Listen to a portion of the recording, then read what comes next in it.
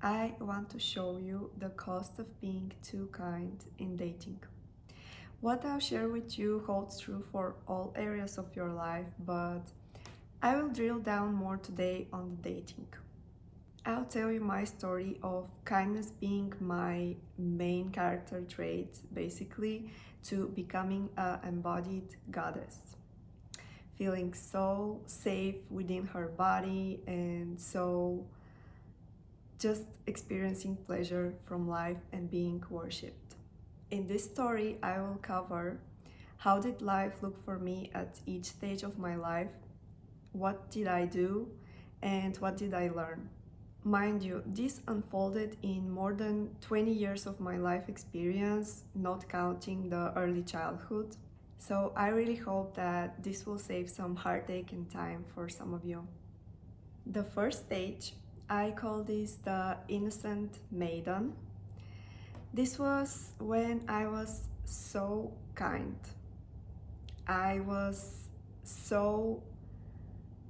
just believed that by being kind and a good girl and doing everything perfectly, then I would get the most attention, the most validation. But unfortunately, it didn't turn out as I expected.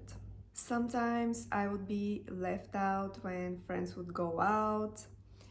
Men didn't really pursue me. I would also like some guys and they would not like me back. I was so puzzled because in my mind I did everything right. I was so good, I was so peaceful, I would never create problems. I even thought that I would love to find someone like me that's so peaceful and so we can just focus on having a good time and not create unnecessary drama in our lives. This is the innocent maiden stage because she's just innocent. She doesn't know anything about life or human relationships. She approaches life with an open heart. At this stage, I learned that even if you're perfect, even if you're really kind, that doesn't mean that people will choose you. And after a few years, this was when I was around 20 years old, I just got sick of being the one that's left out and not chosen. And this is when I entered the second stage. I call this the guarded queen. At this stage, because I've always been a person that notices stuff, notices patterns in people's behaviors. So during the Innocent Maiden stage, I gathered some data from the people in my life that were actually chosen and respected and preferred.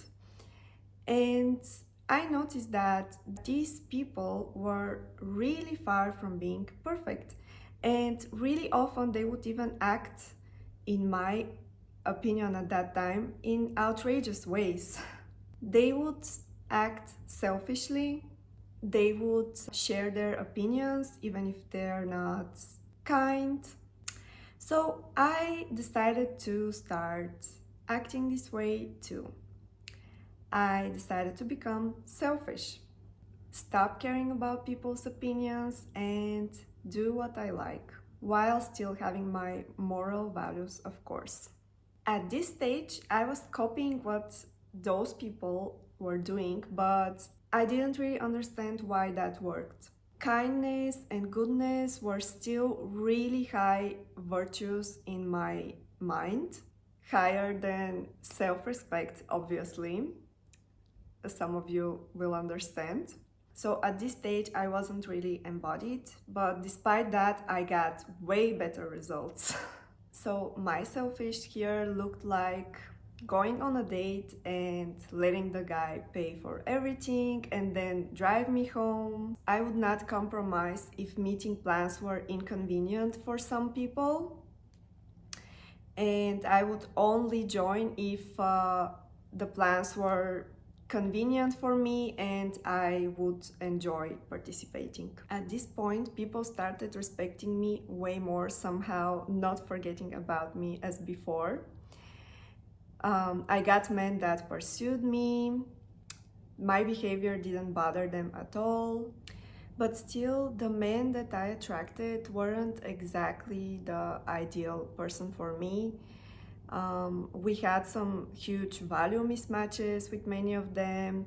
For example, I had one boyfriend that he just wanted to stay in the little town his whole life. And I was like 20 years old. I really wanted to explore the world. So I just left him and went exploring by myself. I had another guy that I liked that he was like straight up stealing stuff at events, and this relationship didn't last long.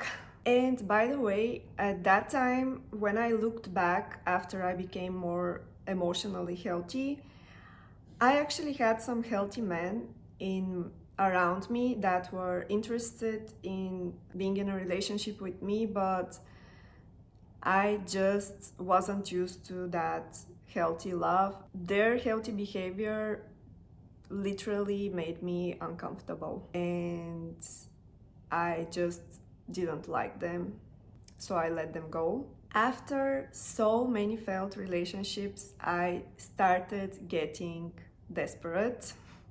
I would do so many things to fix this, like I would read books, follow advice, do healing, but seemed like nothing worked. I started having thoughts like, well, maybe love is not meant for me. Maybe I should just give up and settle with someone that I don't fully like, or be alone forever. The first option made me feel like dying. Honestly, I prefer to just end my life at that moment than to settle with someone I don't fully like and respect.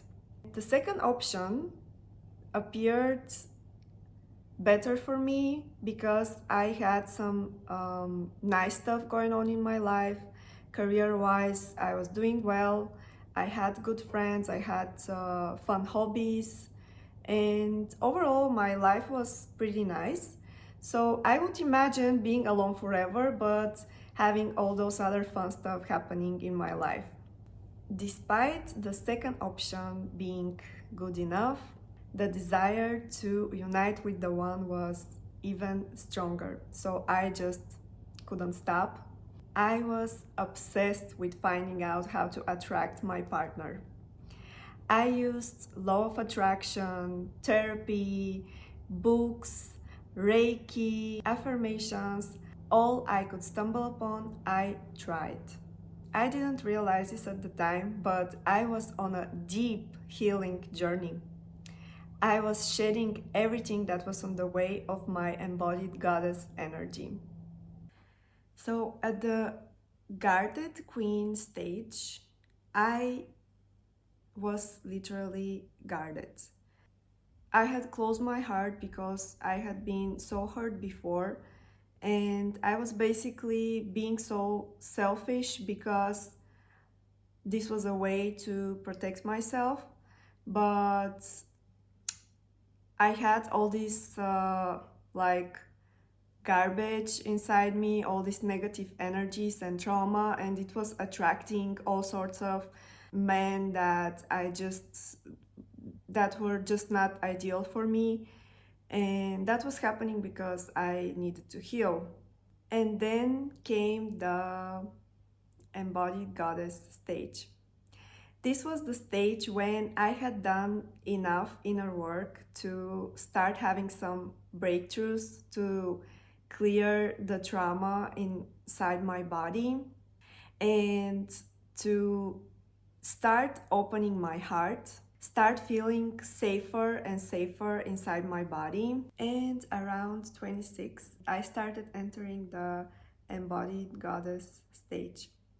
This was when I started really putting in deep inner work.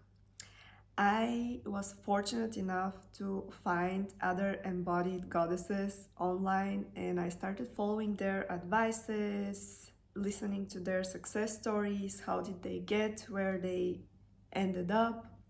And this really helped me quantum leap.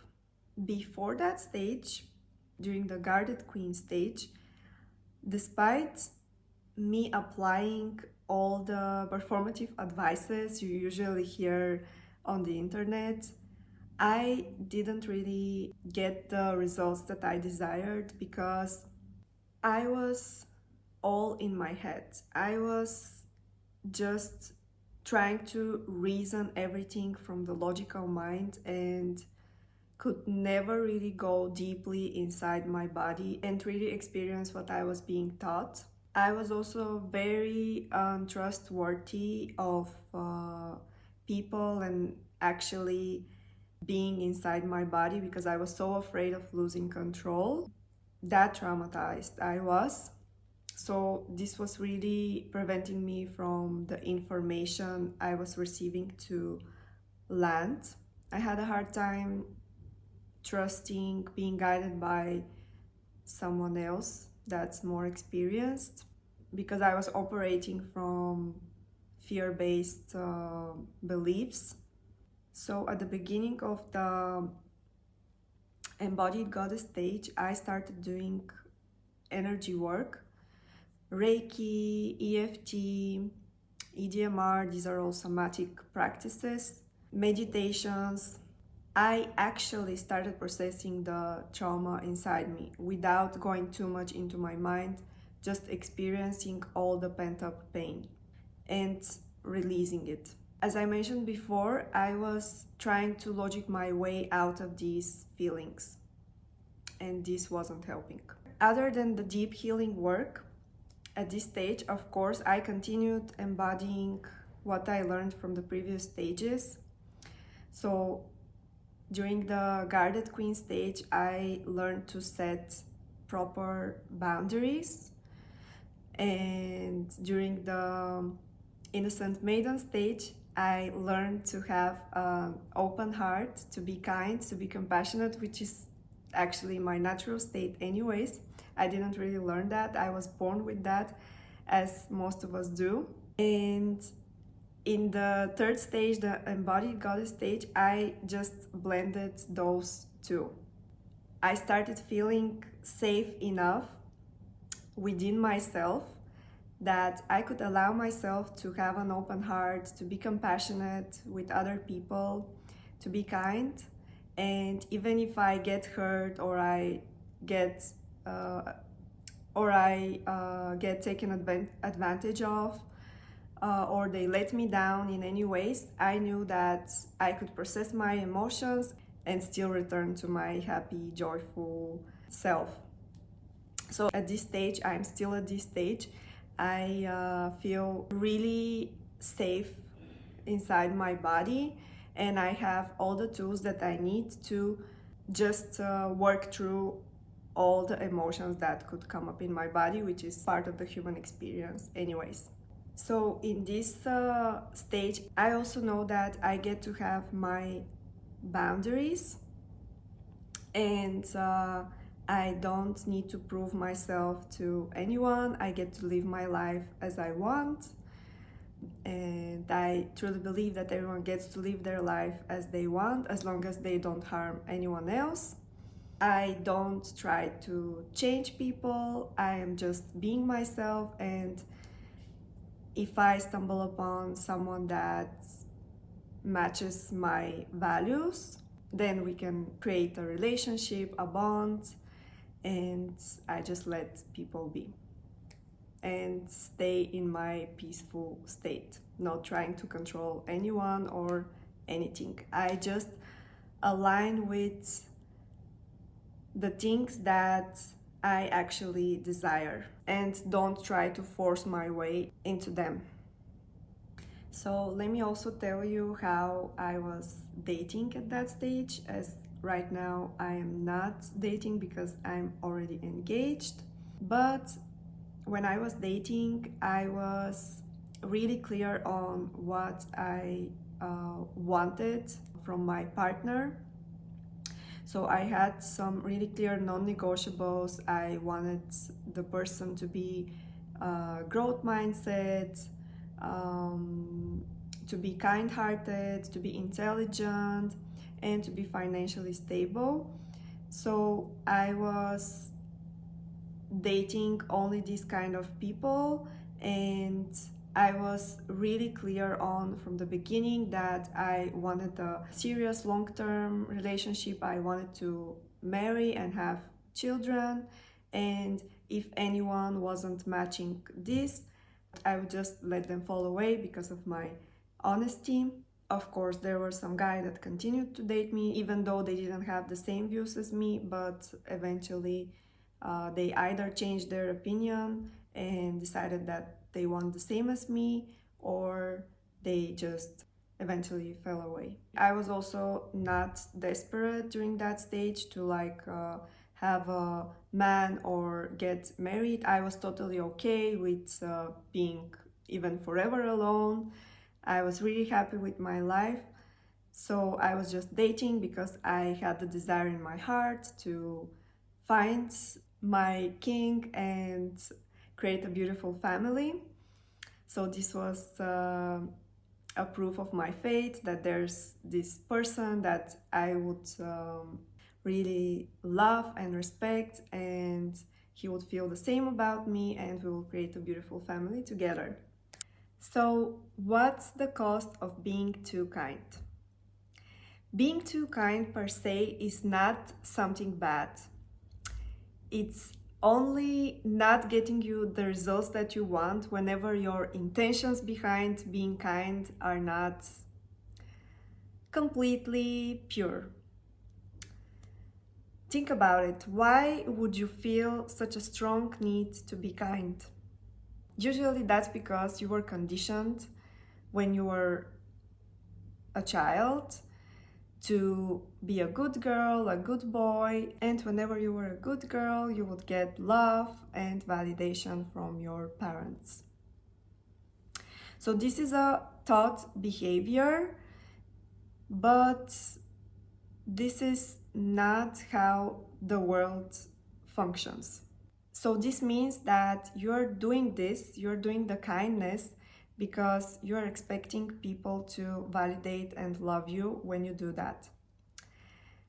But this will not work as you expect, because this means that you don't love and validate yourself. The outer world reflects the inner world. So if inside of you you don't have love for yourself, it will be very hard to attract the people that would also love you. Being kind is just a mask you create to cope with life, because you cannot take being rejected or abandoned. So the best thing you can do here is to really let yourself be abandoned, let yourself be rejected, experience those emotions so you can see that you will not die from this. These are just emotions, just like all the rest of the emotions that we are meant to feel as humans on earth. And so understand that rejection and abandonment, these are all normal stuff that just happen. And just because it happened to you, it doesn't mean that you're a bad person or that there's something wrong with you and you have to fix something in you. This doesn't mean that you will stop becoming a better version of yourself, but it just means that when you work on yourself, when you evolve, this will be out of love for yourself and not out of trying to please others and trying to avoid rejection or abandonment. What I really learned from this journey is that having boundaries is a way to show respect for yourself, for your own experience of life, and you put these boundaries because you want to be your best, most joyful and peaceful self. So your boundaries are things that really protect your energy so that you can show up in the best way for yourself and for your loved ones. And people that don't respect boundaries, these people are not emotionally mature enough.